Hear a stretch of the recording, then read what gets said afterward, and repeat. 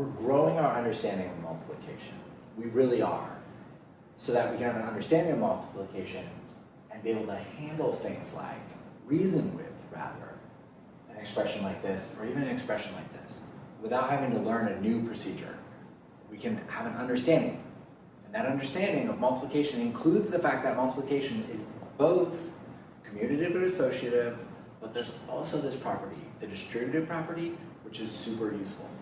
So, for example, when I'm thinking about 4 of 2 3/8, notice, I'm thinking about what am I counting? I'm counting this 2 3/8, and I have 4 of them. But even when I read out loud, 2 and 3/8, right? There's an and in there. This is 4 and, of 2 and 3/8. That mixed number is an additive expression. 2 and 3/8 is 2 and 3/8. And I have 4 of those. That means I have 4 2s and 4 of those 3/8. That's the distributive property at work. I have 4 2s and 4 of those 3/8. Now let's just see what we get. 4 2s we know is 8. 4 of 3/8, well that's 4 of 3 of an 8th. Right? I'm now associating. I don't have to count 3/8. I could just count 8s. And I have 4 of 3 of them, or I could even have 3 of 4/8, which might be nice. So I have 8, and I have 3 of 4/8. But that's 3 of 4/8, not 3 and 4/8. 3 of 4/8. Well, 4/8 is a half.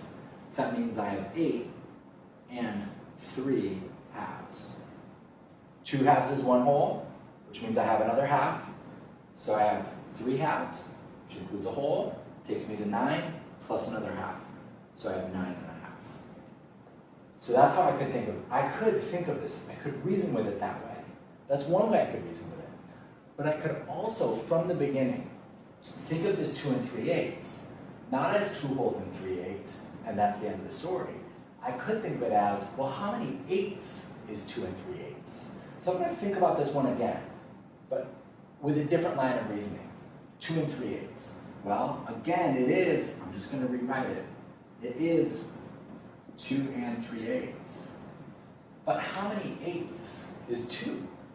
Well, 8/8 is 1 whole.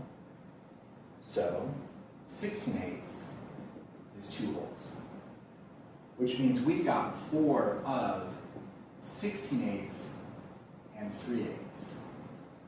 These terms are now like terms. They're counting the same thing. They're counting those 8s. So we've got 16/8 and 3/8, which is a total of 19/8. 19/8. Well, again, like we did over here for a moment, I don't have to count 19/8. I could count 8ths. I could count 19s.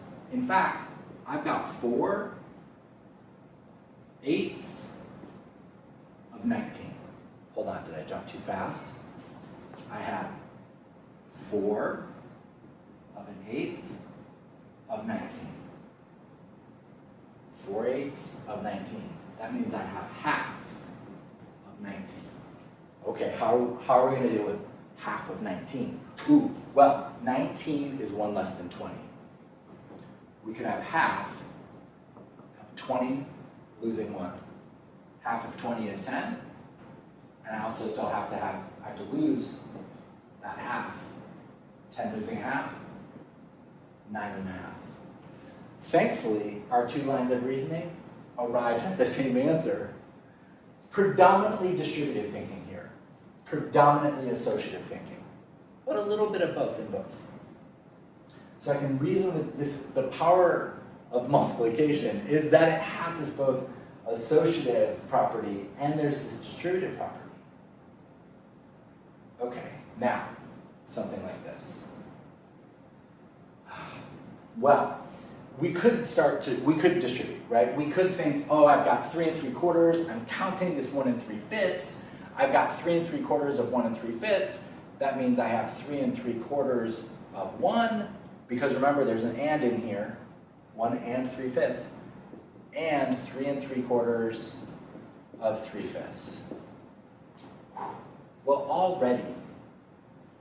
already, I see I might have to distribute again if I follow this line of reasoning. Things are starting to feel messy. Like this feels a little clunky, not the most efficient. So I'm gonna abandon this line of reasoning, and instead, like we did here, where we set ourselves up to associate, let's do that again. We have 3 3/4 of 1 3/5. I'm just gonna rewrite it. We have 3 3/4 of 1 3/5. How many quarters make 3 wholes? 4/4 is 1 whole. Double the number of fourths, and you double the number of wholes. If I add these together, I have 4/4 and 8/4 together make 12/4. 1 whole and 2 holes make 3 holes. So 3 holes is 12/4. We've got 12/4 and 3/4, which is, we can just jump right to it, 15/4. And then let's talk about what's happening here. 1 3/5. 1 whole, 5/5. So we have 5/5 and 3/5, which altogether is 8/5.